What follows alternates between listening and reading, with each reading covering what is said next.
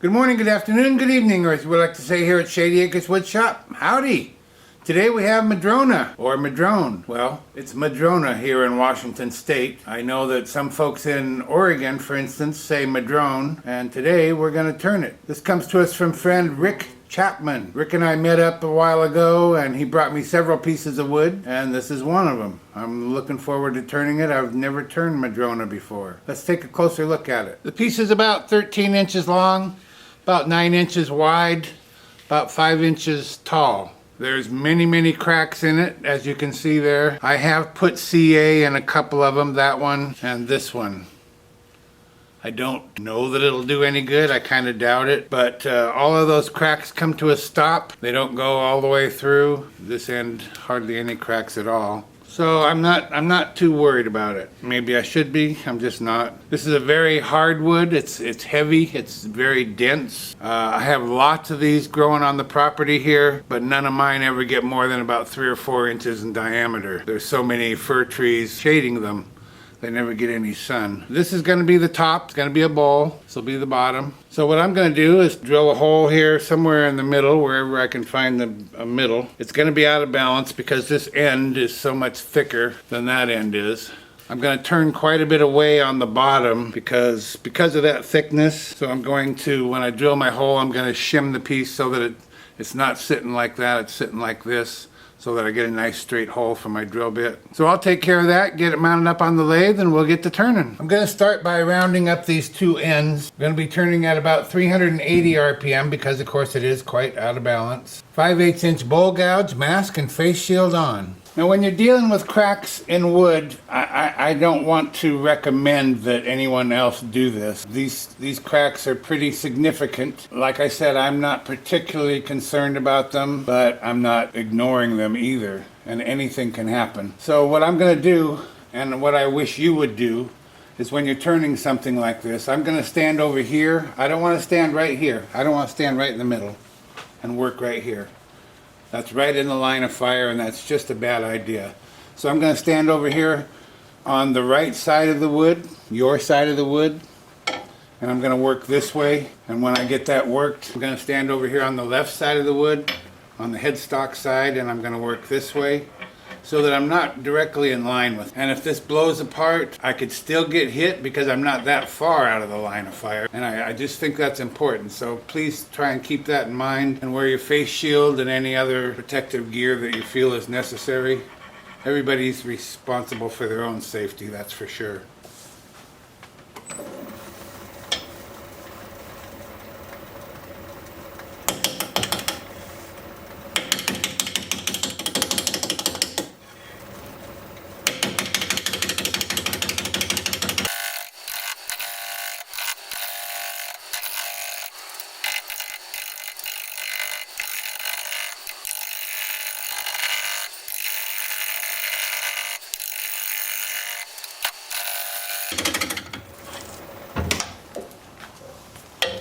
Another thing you'll see me do is adjust my tool rest quite a bit. I don't like a long hangover. I like to be up there as close as I can get. That way if I stick this in there too far, it doesn't just take it and spin the handle up, you know. That's no good.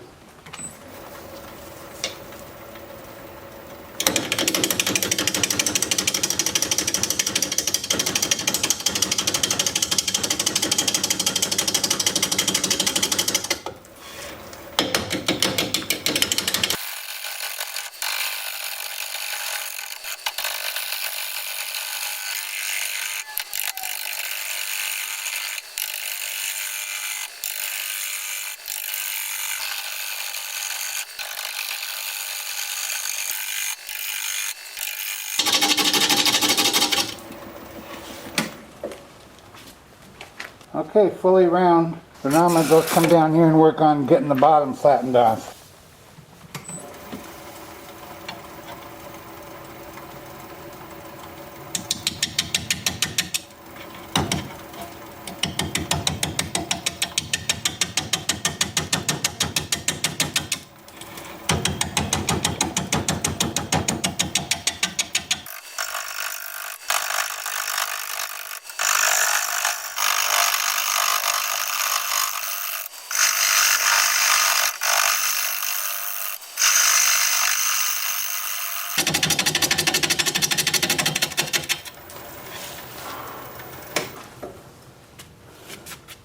Well, would you look at that? Made it all the way over to the other side. We still got a ways to go until we get a flat spot for our tenon on here. I did already go sharpen once. I sharpened in the beginning, I sharpened once, and I'm about to go sharpen 3 times. I'll be right back.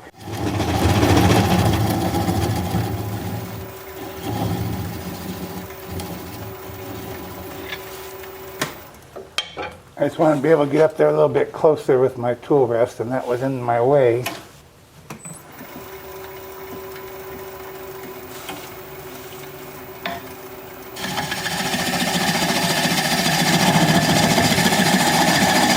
Oh yeah, and I picked the speed up to 430. Woo-wee!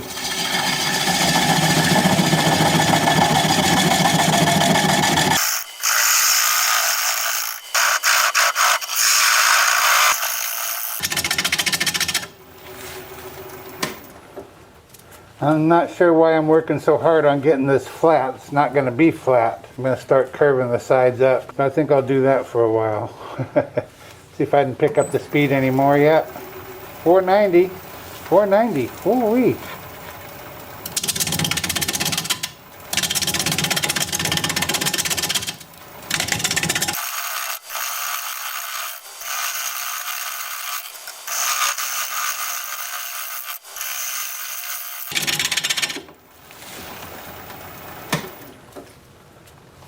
I'm going to go ahead and mark out for the tenon. I see that it does look big enough now.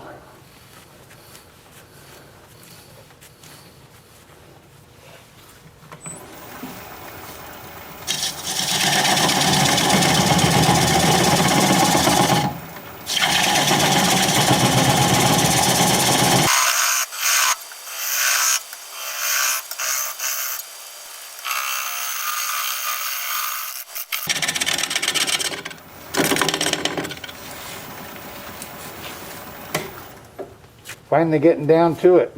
Trying to decide how far up to go, how far up this way I want to go.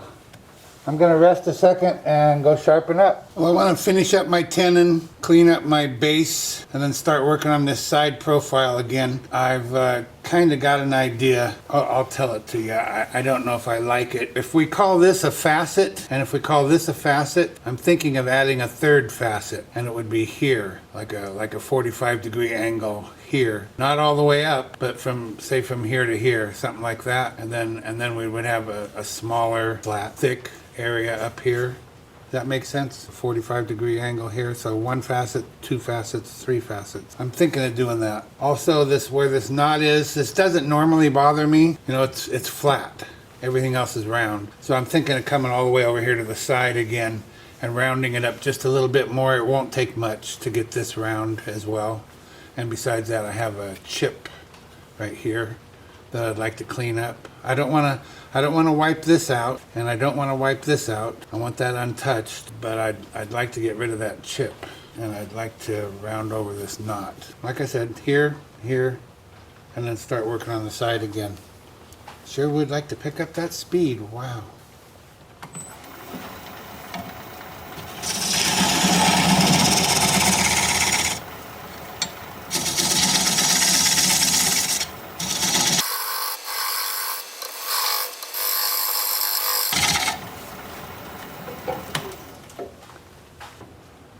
I need to raise up my tool rest a little bit and use this diamond point tool to square up the sides of the tenon. I have to raise the tool rest because it's so much thinner than my gouge.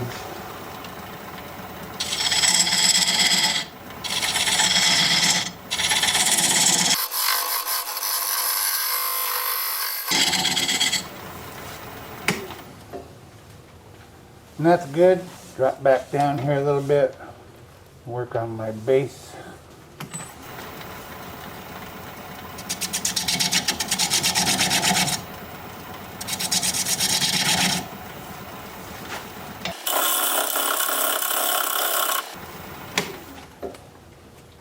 That's pretty good.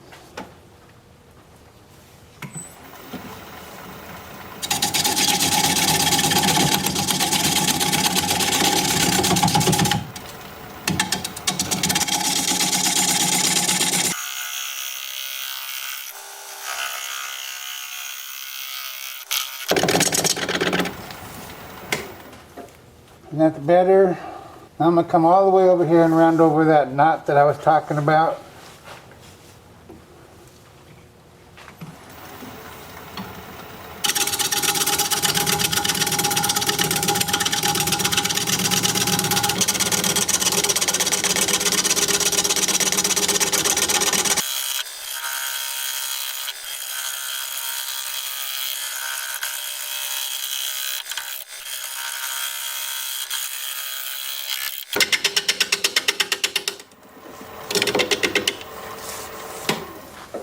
See if we got it. We did, yeah. I knew it wouldn't take much, and that does look better. Now what do you think of my third facet idea? This is obviously a rustic piece. I don't want to risk making it fancy. Fancy's not good. I just think this is really thick here. It's about, I don't know, 3.5 inches. This one's about 2 3/4. I'm trying to think if I don't like it, if I can get rid of it. Not too sure about that. I'm going to give it a go. Fancy. Oh boy, we're getting fancy now.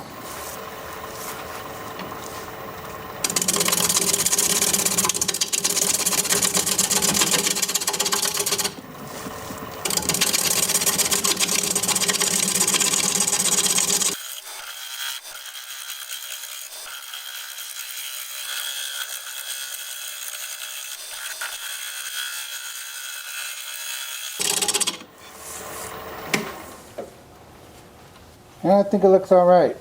It's different, no doubt about that. See if I can clean it up a little bit.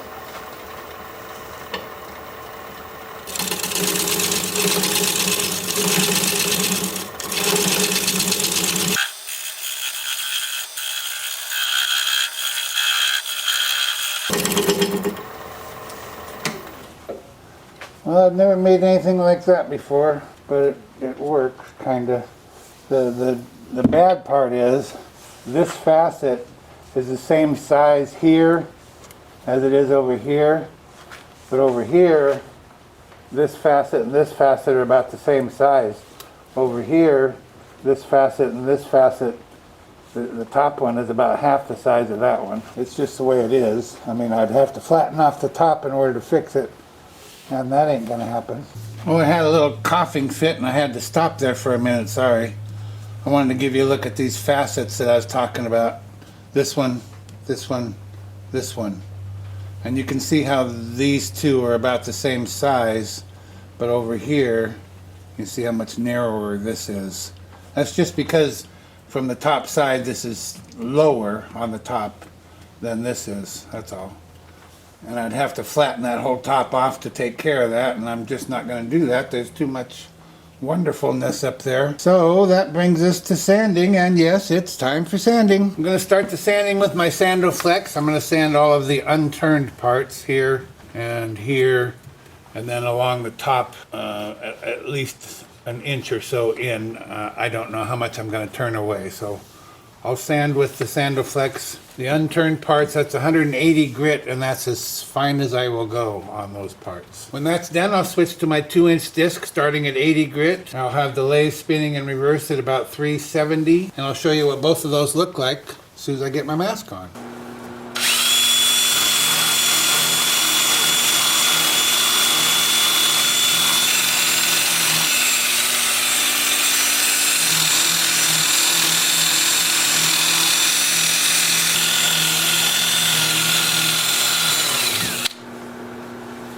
Oh yeah, that makes quite a difference already.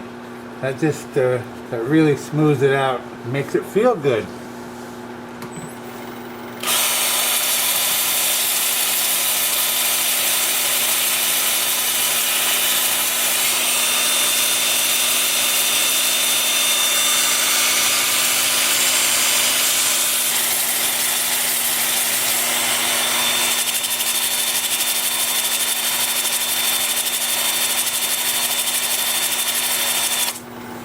And that's going to be pretty darn easy. I do want to be careful not to round over these edges that separate the different facets. I want to try and keep those crisp and sharp. Hope it works. I'll do that up through 400 grit. I'll bring you back here in a little bit and we'll put some sanding sealer on there. See you in a bit. Well, I'm anxious to see what this is going to look like, but I don't expect a whole lot. Lighter colored wood just doesn't usually pop. This does have some very nice grain, but you kind of have to look for it. And it's nice that we have some nature in there to set off the lighter colored wood. This is a sanding sealer, shellac-based sanding sealer. It's called Zinsser Seal Coat. And then I will apply Zinsser shellac over this. I'm quite pleased with what we've got going on here so far. Now I've got some sanding sealer in this little can. And I've got my brush, and I'm going to brush it along the top edge up here. And I suppose you won't be able to see that, but you can imagine what I'm doing. I'm brushing sanding sealer. 2 coats of this, 2 coats of shellac, and I'll bring you back when it's time to start working on the inside. So I'll see you in a bit. I have the piece turned around with the tenon mounted up in the chuck. We're going to be turning at 580 RPM, freshly sharpened 5/8 inch bowl gouge, mask and face shield on. It's going to be a bumpy ride.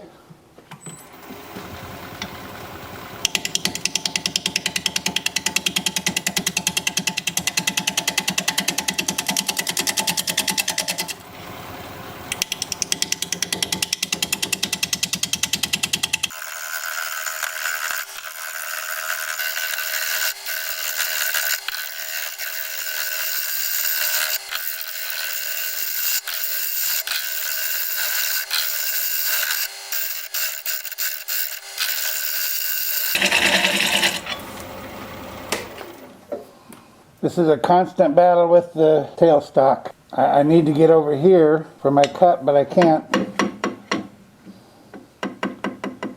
because that's in my way.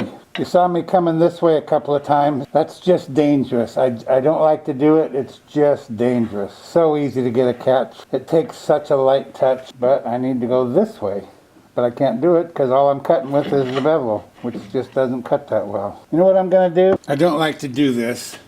I'm going to switch to this hollowing tool, carbide hollowing tool, just to get a lot of this along the edge out of here. I feel like I need tailstock support with all these cracks and whatnot. I just don't want it vibrating and falling apart before I'm ready for it to fall apart, which is never. So I'm going to do this. I'm just going to go straight in here along this edge for a while. I'll get back to the gouge, but this will be most efficient and safest.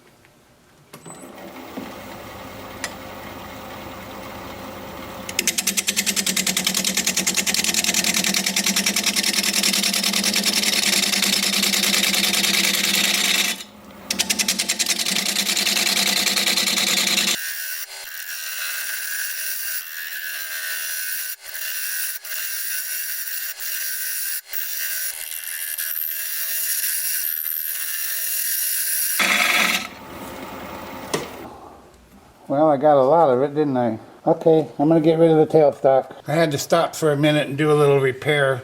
This is quite thin right here, very, very thin, and there's a crack also. I don't know if you can see that crack right there. So it was wiggling on me, so I put some CA in there and put a clamp on it and waited a while, and hopefully it'll stick with us. Still turning at, what was it, 580? Freshly sharpened 5/8 inch bowl gouge, mask and face shield on, of course.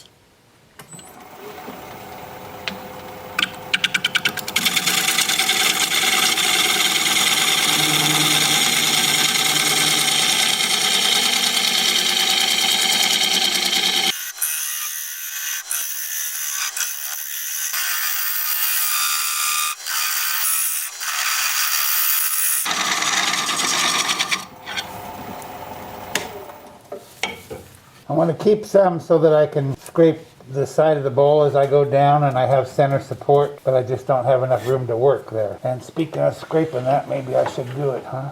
I'm just going to shear scrape.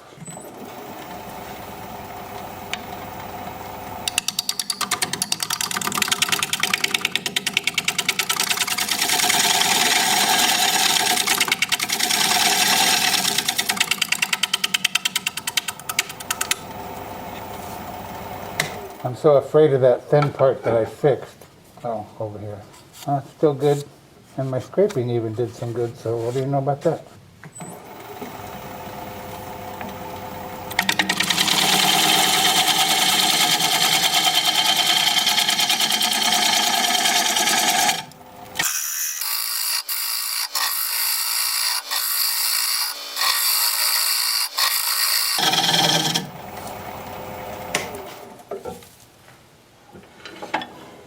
Well, it's just going to be back and forth, I guess.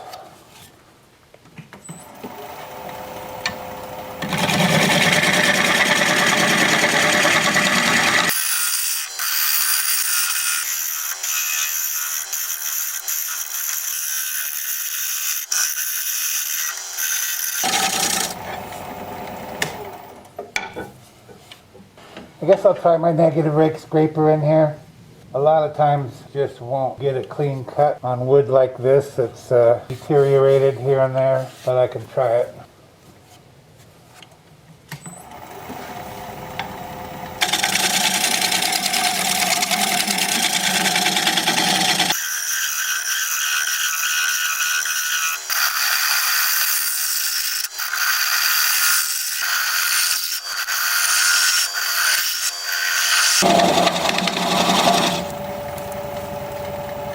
I'm going to go sharpen up.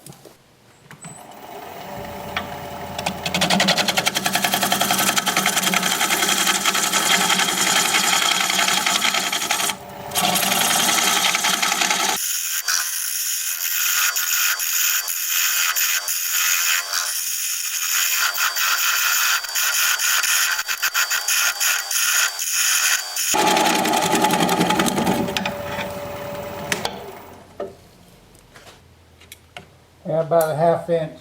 That crack down there bothers me a little bit.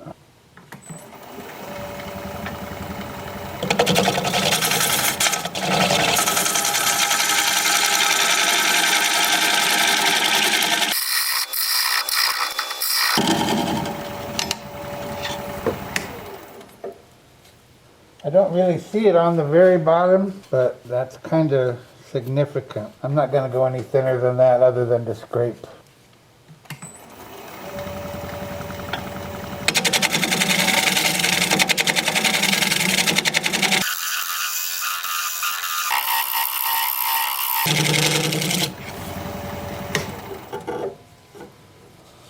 We're done. Time for sanding. I'm going to be starting the sanding at 80 grit with my 2-inch disc, and I'll work up through 400 grit. I'm going to have the lathe spinning forward at about 380 RPM. And I'll show you what that looks like as soon as I get my mask on.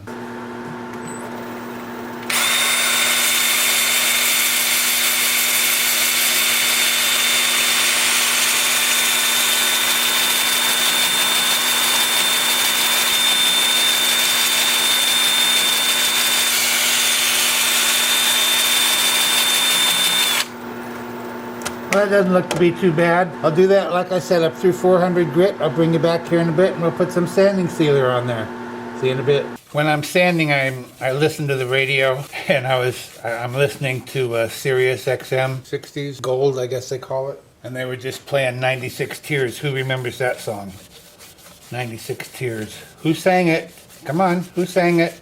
You know. Question Mark and the Mysterians. What a name, huh? What a name. And I always heard that they recorded that in their basement. I don't know if it's true. And here it is 60 years later, and they're still playing it. That's just amazing to me. Well, this piece did not turn out how I thought it might. I thought it was going to be more of an oval shape.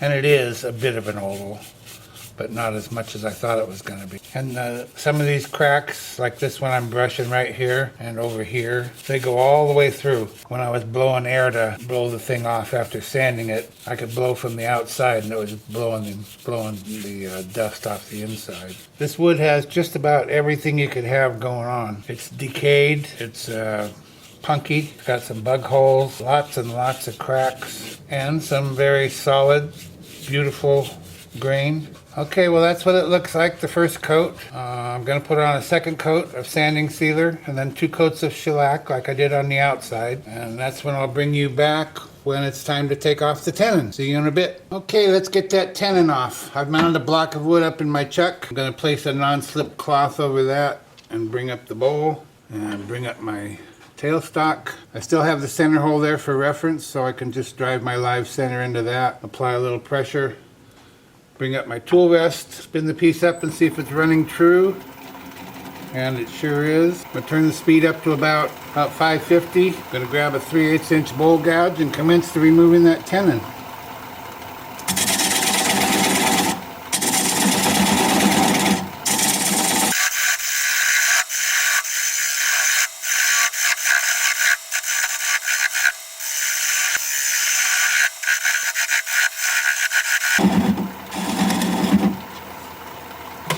Now we're getting pretty small there, so I'm going to turn it down to about 400 RPM and just keep working it away.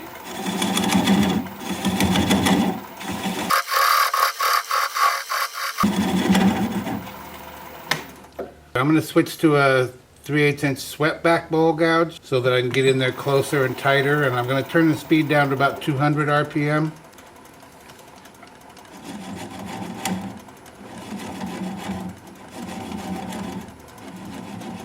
Now that's quite small, so I'm going to apply the bevel of the gouge against the bottom of the bowl. Right hand on the gouge, left hand on the switch, pressure towards the headstock, and when that little nub stops turning or breaks away, we'll know we're through.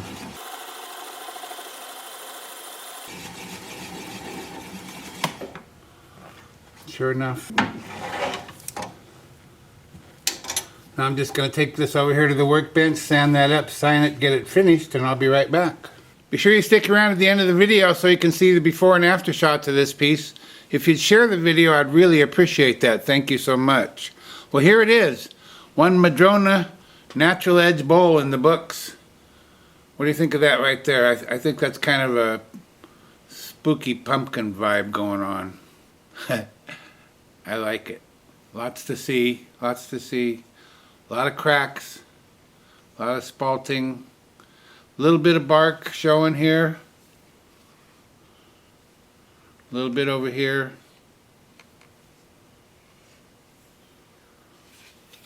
There's the bottom, all finished up. Oh yeah, a little bit of bark there too. Not much bark, natural edge, not a live edge. What do you think of my fancy 3 facet turning? Kind of a waste on a bowl like this, or does it fit? A little too fancy, maybe.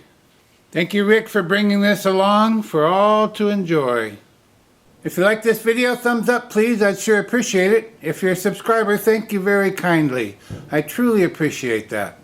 If you're not a subscriber, you might consider becoming one. I put out regular videos about 1 a week, and I'd like to keep in touch. An easy way to subscribe is just click my picture you see there near the end of the video. Your comments are always welcome and I love reading them. So for now, this is Phil, Shady Acres Woodshop, signing off.